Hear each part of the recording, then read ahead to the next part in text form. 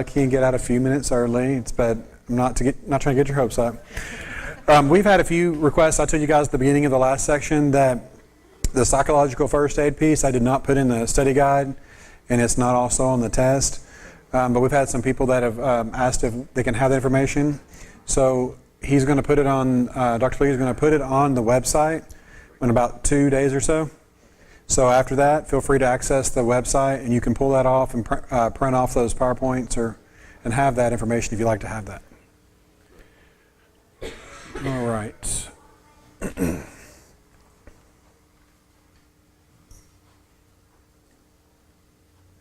Okay.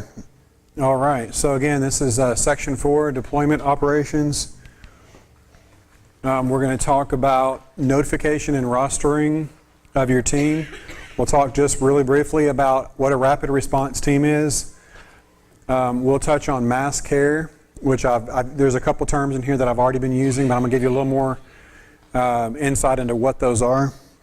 And we'll talk about donation management, and then finally on-scene operations, and then demobilization. So notification. So we have developed this disaster relief team. We have our team members. They're on a list. We've got a list of these team members. We've trained them. Many of them we've cross-trained. And so now the question becomes, disaster happens. We identify that this is somewhere we might be able to be of assistance. We have some resources to provide. And so the first thing we need to do is notify our team members and call them in and go from there. So how will you quickly notify your team members of a deployment? How will you aggregate their responses? It's not enough to just, you can say, oh, you can have a phone tree where basically I've got a list of everyone, I got their phone numbers. That's fine and that can work. But I need to know, if we're going to deploy, how many of you are, yes, able to deploy? And then of those, is it going to take you 1 hour to get here? Is it going to take you 2? Is it going to take you 24 hours to get here? That's all going to vary depending on where we're going, what time we plan on leaving. That's all information you're going to need to get. So you can do a couple things. You can do the old-fashioned way. You can have a phone tree, which is simply just a list of the team members' names, what they're trained in, okay, and then their phone numbers, maybe a secondary phone number you can reach them at. Or there is software out there as well, and that's what most of the emergency management community uses. I'm sure a lot of the larger disaster relief teams, they use the software as well. Basically, you go in, you put everybody's names, phone numbers in, and I can go directly to the website. I can put in there, we're deploying, please call back, and I can even provide a few options as can you deploy, yes or no, and when will you be ready, things like that. It automatically sends them text message and email simultaneously, everybody at the same time. Whole process takes about 10 seconds. So just to let you know, there are other ways out there now with technology to be able to call your team up. So some pros and cons of using the old-fashioned phone tree way and using a notification software. Phone tree is going to take longer. Unless you have a bunch of people, you have like 5 people making phone calls, you're going to have to call one person at a time. It requires updated contact list. The good thing about it is free. It doesn't cost money to make a list of people's phone numbers, but it requires multiple calls back and forth with individuals. Oh, I missed your call, I'm calling you back now, sort of thing, to gain status of each individual for deployment. Emergency notification system is immediate. Everybody gets contacted at the exact same time as soon as you hit submit. It also requires updated contact lists, so that's always a challenge. It requires a subscription, so it's unfortunately not free. But it prompts each person to enter yes or no and amount of time needed to be ready, okay? So that's just something to consider. If you have a team, how are you going to reach your people quickly and get ready to head out for deployment? So, rostering the teams. First of all, we need to determine what is the need. What type of disaster is it? And what relief can we provide to that disaster? Be realistic. We don't want to go in thinking we can provide all these different things when we really don't have the resources. The last thing we want to do, like I've said before, is when we get there, we become extra burden to them. We want to go in, we want to be completely self-sufficient. In other words, Do we have the resources to feed ourselves? Do we have somewhere to sleep? If one of us gets injured, can we treat ourselves with just immediate first aid? So go in and expect to be self-sufficient, not adding extra burden upon the already infrastructure that's going to be there. And then expect that we're probably going to work underneath or alongside Red Cross at pretty much any event. Red Cross is international, and they've been around so long and they've gotten so large that pretty much all levels of government and even multiple governments around the world all rely on Red Cross now as providing food and shelter and things like that in a disaster. So they're a huge organization, and a lot of other VOADs, disaster relief teams, go in and they work either with Red Cross or they work underneath Red Cross's umbrella to help Red Cross with providing certain aspects of the disaster relief.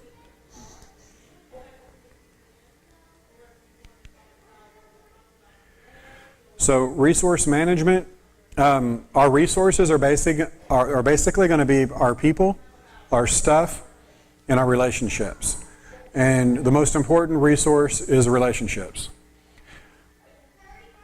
Our trained teams of volunteers are some of our resources, paid staff, if any.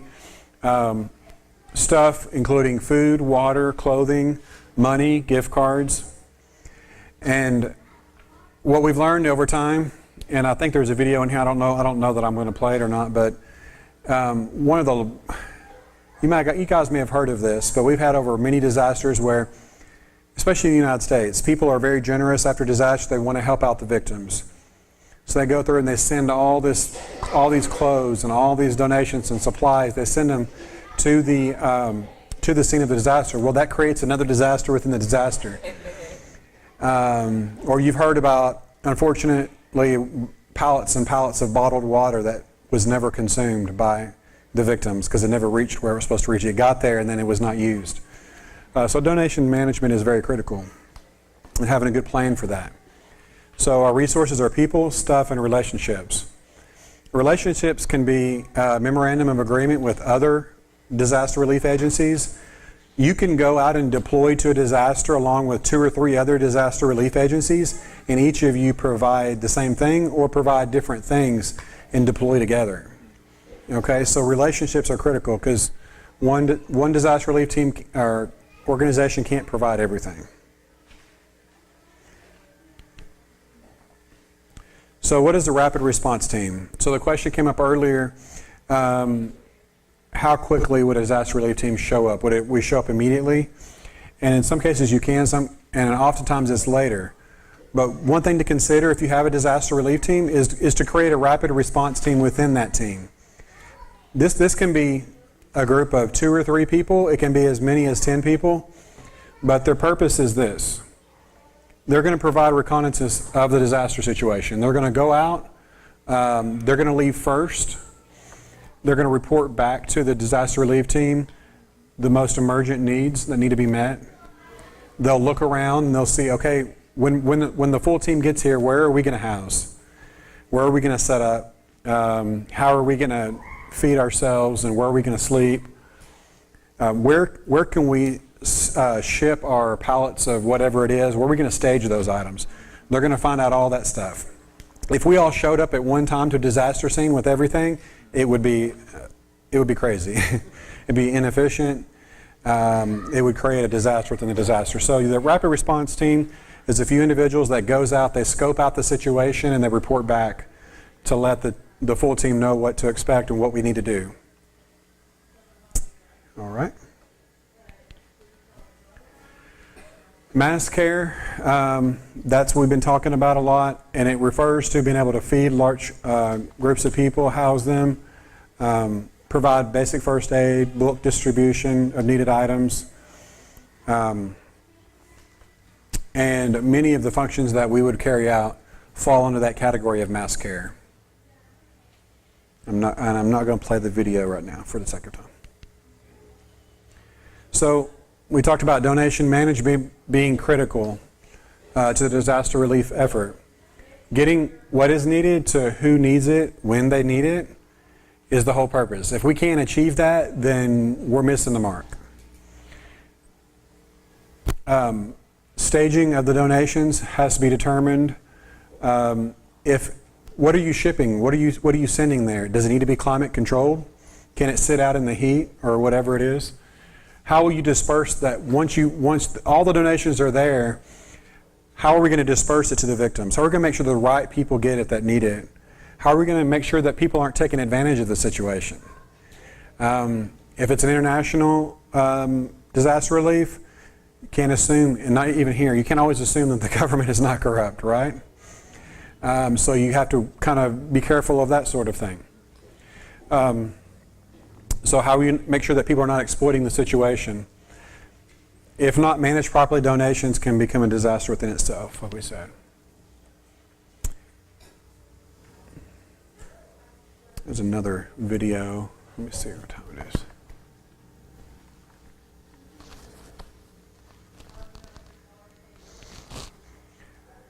Let's play this video really quick. I think it's a really quick one, but I think it's important.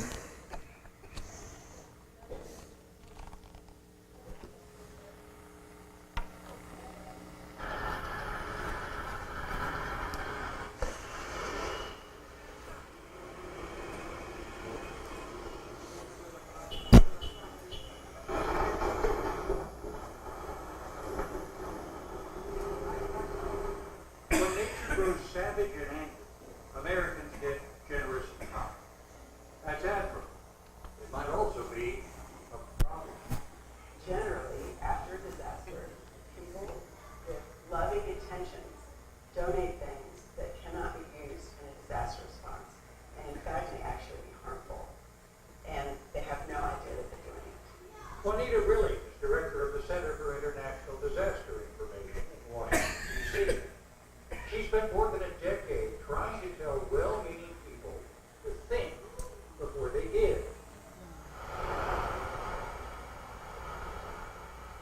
Hurricane Mitch, Honduras, 1998. More than 11,000 people died.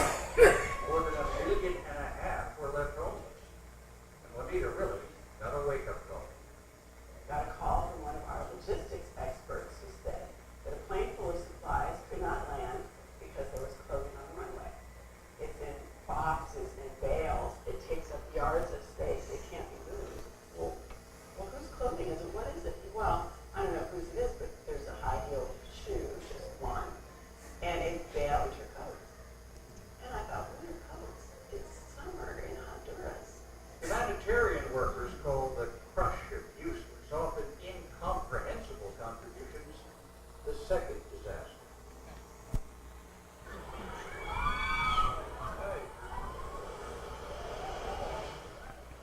The Indian Ocean tsunami, 2004. A beach in Indonesia piled with used clothing. There's no time for disaster workers to sort and clean old clothes, so the contributions just sit and rot. So this very quickly went toxic and had to be destroyed, and local officials poured gasoline on it and set it on fire, and then it was out to sea. So rather than clothing somebody, it went up in flames. Correct. The thinking is that people have lost everything, so they must need everything. So people send everything. You know, any donation is crazy if it's not needed. People have donated gowns and wigs and tiger costumes and pumpkins and frostbite creams for Rwanda and used tea bags. You can always get another cup of tea. You may not think that sending bottles of water to devastated people seems crazy, but Juanita really points out This water, it's about 100,000 liters, will provide drinking water for 40,000 people for one day. This amount of water to send from the United States, say, to West Africa, and people did this, costs about $300,000. But relief organizations with portable water purification units can produce the same amount, 100,000 liters of water, for about $300. and then there were warm-hearted American women who wanted to send breast milk to nursing mothers in Haiti after the 2010 earthquake. It sounds wonderful, but in the midst of a crisis, it's actually one of the most challenging things. Rebecca Gustafson, a humanitarian aid expert, has worked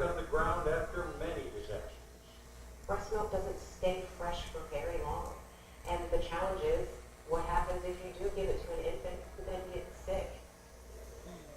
617 years old. Mama's indicating she thinks there's someone shooting her. December 2012, Newtown, Connecticut. A gunman killed 20 children and 6 adults at Sandy Hook Elementary School. When did stuff start arriving? Almost instantly. Chris Kelsey worked for Newtown at the time. They had to get a warehouse to hold all the teddy bears. Was there a need for teddy bears? I think it was a nice gesture. There was a need to do something for the kids. There was a need to make people feel better. I think the brigade of stuff we got was a little overwhelming. How many teddy bears? I think it was about 67,000. 67,000 teddy bears. 67,000 teddy bears. Wasn't limited to teddy bears. There was also thousands of boxes of school supplies and thousands of boxes of toys, bicycles, sleds, clothes. Newtown had been struck by mass murder, not the tsunami. I think a lot of the stuff that came into the warehouse was more for the people that sent it than it was for the people in Newtown. At least that's the way it felt at the end. Every child in Newtown got a few bears. The rest had to be sent away, along with the bites and blankets. There are times when giving things works. As many as 15 million people along the East Coast are in the path of this hurricane. More than 650,000 homes were destroyed or damaged in Hurricane Sandy in 2012. Thousands of people lost everything. We were able to respond in a way that the big bureaucratic agencies can't. In fact, Tammy Shapiro is one of the organizers of Occupy Sandy, which grew out of the Occupy Wall Street movement. When the hurricane struck, they had a network of activists connected and waiting. very quickly, we just stopped taking clothes. They created a relief supply registry by using a wedding registry. And we put the items that we needed donated on that registry. And then people who wanted to donate could buy the items that were needed. I mean, a lot of what we had on the wedding registry was diapers. They needed flashlights. How transportable is your experience here following Hurricane Sandy? For me, the network is key. Who has the knowledge? Where are spaces that goods can live if there's a disaster? Who's really well connected on their block? This was taken in Port-au-Prince and Haiti. Juanita Riley's album of disaster images shows shot after shot of good intentions just spoiled in warehouses or rot on the landscape.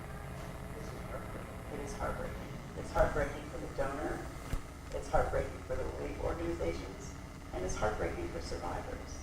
This is why cash donations are so much more effective. They buy exactly what people need when they need it. And cash donations enable relief organizations to purchase supplies locally, which ensures that they're fresh and familiar to survivors, purchased in just the right quantities, and delivered quickly. And those local purchases support the local merchants, which strengthens the local economy for the long run. Disaster response worker Rebecca Gustus. Most people want to donate something that's theirs. And money sometimes doesn't feel personal enough for people. They don't feel like enough of their heart and soul is in that donation, that check that they send. The reality is it's one of the most compassionate things that people can do. Okay. We'll go ahead and stop the video. So I just wanted you to kind of see some examples.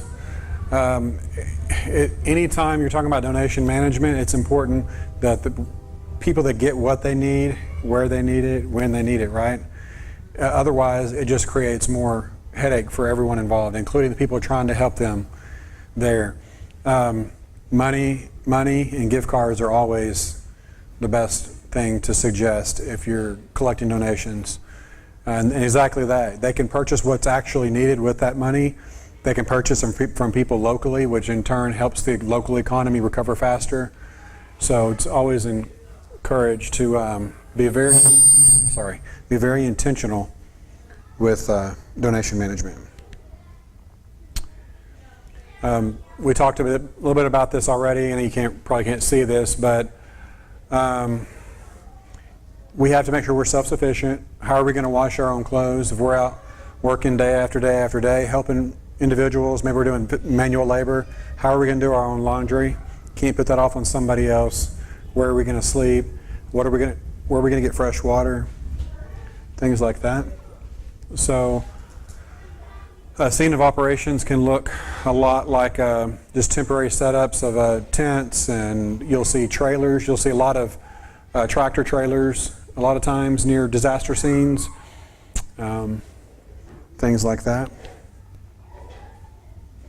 Okay, we already talked about that. So how will you, as a disaster response team, how will you communicate?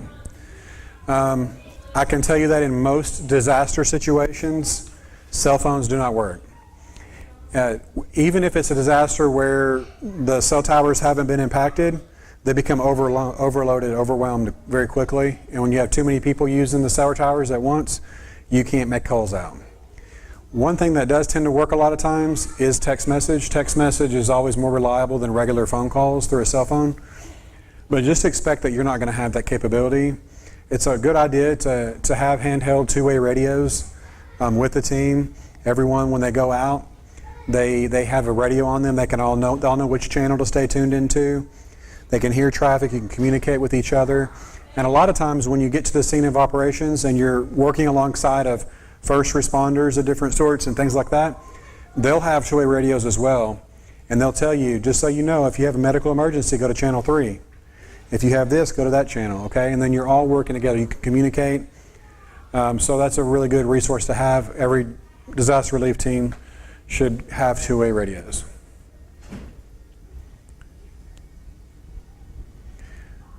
Okay. So we're nearing the end of the disaster recovery. The disaster relief team, we've deployed. We provided relief, whatever that looks like, depending on the disaster situation, and we're getting ready to demobilize. So there's a few things to keep in mind with that. First of all, be efficient and effective. That's critical when you're talking about demobilization. If you've ever had like a large event in your community, maybe it's a rally or it's a concert or whatever, you get all these people coordinated for this big day, you have the event. Isn't it funny how right when it's over, everybody just disappears and you're left going, now I got to clean all this up? Yeah. It's like, oh, now it's over and lights go down and everybody's gone.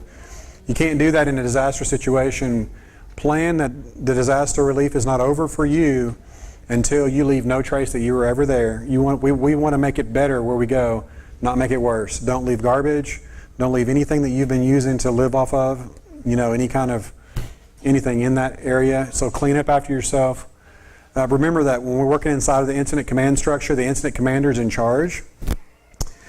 So you have your task force commander that's in charge of you, and then the incident commander over the whole scene of operations is in charge of your task force commander. So you're going to need to demobilize resources and equipment and things as that incident commander says. Probably not going to have everything ship out and leave the same day. Okay, so it's a phased process. You don't want to leave the community, the local community, with the residual and the leftovers of what your team did there.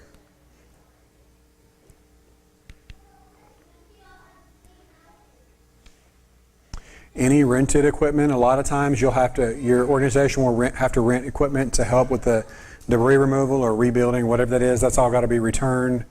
Any unused donations need to be removed from the area. We don't want people having to pour gas and burn the donations. Any way you can get it out of there, whatever's not used, try to get it someone that can use it or get it out of there. All right, talked about that already. So we survived the disaster training. So just kind of recap. Yes, sir. I'm watching this two things. Uh-huh. I'm watching this. One is I want to know how to get a copy of that last video that Sure. you had. I Okay. really do want that to show. The second thing is I know a large church in Houston that served as a staging point for the Flooding. disaster they had last November. Yep. They still have a lot of the donations. I was there probably 2.5, 3 months ago. Really? They still have a lot of the stuff.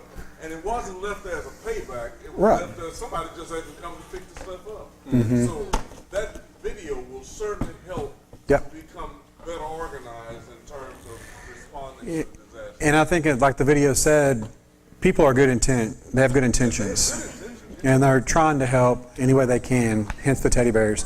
When I see a teddy bear somewhere, I don't, in my mind, think, oh, there's going to be 66,999 more just like mine.